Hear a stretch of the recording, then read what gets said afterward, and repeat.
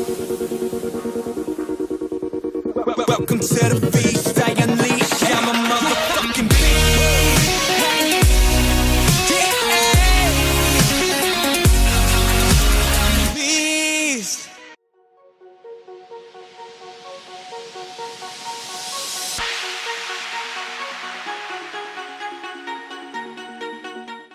Alright, what's up everyone? So today is week 3, day 17, pull day. Guys, I cannot believe we're already at day 17. It is blowing my mind how fast this 30-day kickstart is going by.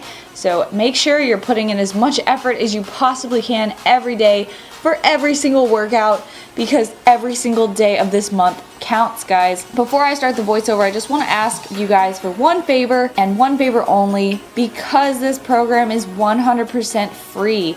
I'm not charging you for any bit of it, and it is completely just for you guys to have as a resource. I would really appreciate it if you guys could share this program with a friend, a family member, a coworker, anyone who needs a kickstart to their fitness journey, that needs a fresh start, needs some structure, needs a program to follow, needs guidance. This program is exactly what they need. As you can see, I'm taking you guys step by step through every single workout. I'm helping you with your nutrition, with your meal prep, giving you guys suggestions for supplements, stuff like that. So definitely recommend this plan to someone if you can. I would greatly appreciate it. That's all I ask of you guys in return for this plan, for the 30-day kickstart trainer. Now let's get right into the workout. We started off with wide grip lat pull downs with a drop set on the last set. 3 sets of 8, so we are getting heavier now that we are 2 weeks past into this 30-day kickstart. Bringing the reps down, bringing the weight up, and really pushing as much weight as we possibly can, or in this case pulling.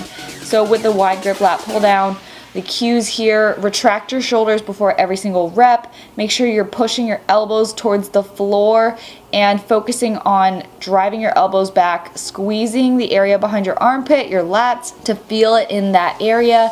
And you're not focusing so much on your grip, you're focusing on driving the elbows towards the floor. I have a slight backward lean, but I'm not using a ton of body language. Next up, we moved on to a seated cable row superset with a cable rope lat pullover.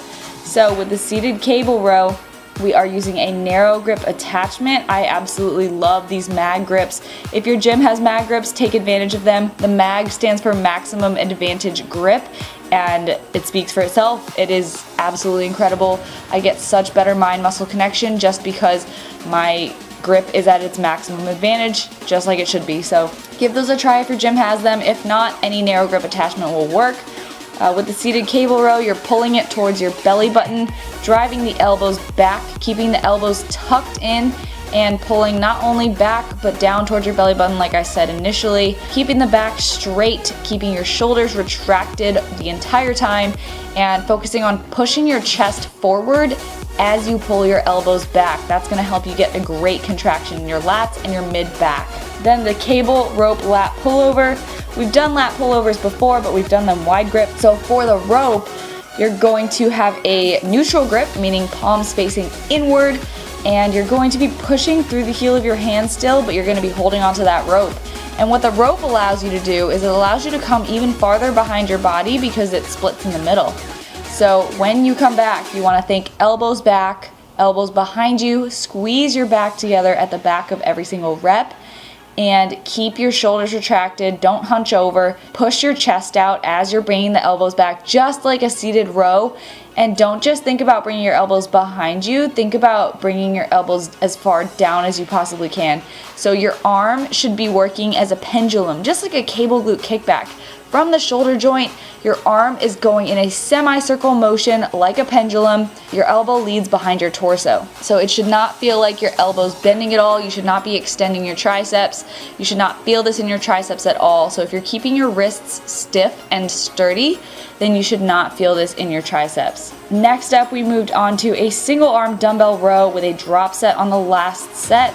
So 10 per arm here, so going relatively heavy. For the setup for the dumbbell row, it really just depends on the person. I like to have my feet next to each other, parallel with each other, and I like to hold on to something in front of me rather than a bench below me, and I keep a flat back that way, and I push my weight in my heels and bring my elbow up and row that way. Other people like to spread their stance. Some people like to have their opposite foot in front and same foot back while they're doing the dumbbell row. Other people like to switch their feet. It's really up to you and what feels most comfortable for you. I will say that keeping your feet either straight or keeping the same leg in front is actually going to prevent your torso from twisting as you row up. So if you are going heavy, then I do suggest doing one of those two options so that you are not twisting your torso up and not using excess momentum or like using excess trap instead of pulling up with your arm like you should be. You should feel this in your lats as well. It should feel just like a seated cable row with the elbow coming up and back towards the belly button and focusing on keeping your elbows tucked in towards your sides. So my elbow is not flared out, but it is coming up as high as it possibly can while being tucked into my body. And then with the drop set on the last set, guys, perform 10 reps with one arm, then do the drop set with the exact same arm, and then move on to the other arm. So that way you're getting that immediate burnout on that arm. So I did right arm drop set, left arm drop set. Other cues for the dumbbell row, just make sure you're keeping a flat back, your shoulders are retracted, you're pushing your chest out as you row up, and you're keeping pretty much a neutral neck and making sure that your weight is stable and in your heels and you're holding on to something. It can be the rack in front of you or it can be a bench below you, so you can have one knee on the bench, one hand on the bench, and row that way. There's no incorrect or correct way to do these. Whatever feels best for you and whatever gives you the best contraction in your lats. Now in this clip here, I'm showing you guys that I'm filling up my water shaker cup with BCAAs. So BCAAs are branched chain amino acids, and what they do is they basically prevent catabolism, meaning muscle wasting. It prevents you from breaking down too much muscle during your workout and keeps you what's called anabolic and allows you to push harder and longer in your workout, and it indirectly helps you with your endurance and your strength.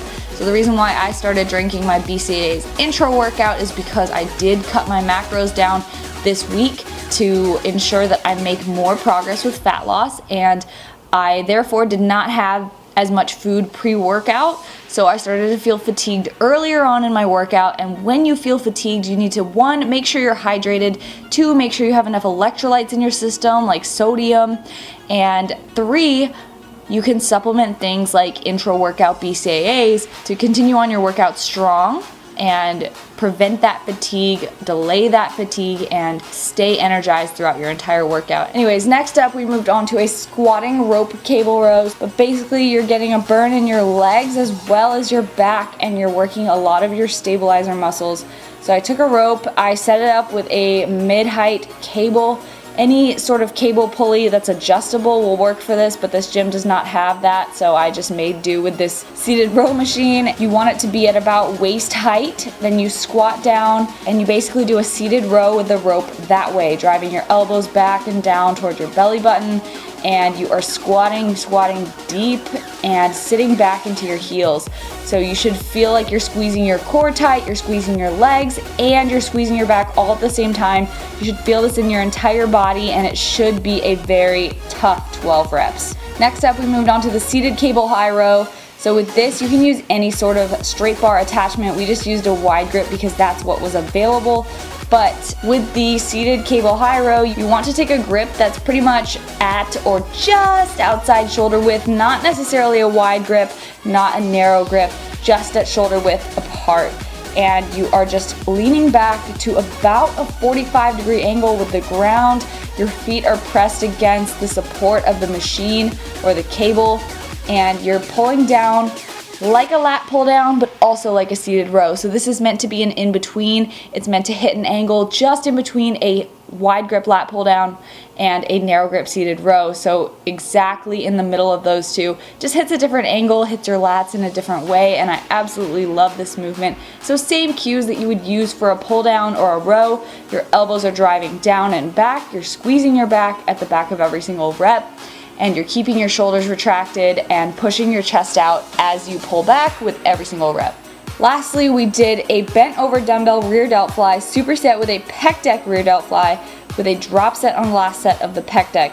So with this, the bent over dumbbell rear delt fly, We are doing 15 reps, so relatively high reps. You want to make sure you're leading with your elbow. It should feel exactly the same as if you were doing a pec deck rear delt fly, except you're just bending over, and this is causing you to use lower back and core stability to stay in the correct position. So as you fly out, your arms should be, you should think of them as, again, a pendulum movement. You're swinging your arms back, but not bending your elbows. You are just leading with the elbows and allowing the entire arm to move up, squeezing the area right behind your shoulder, right above your armpit on the back side of your body.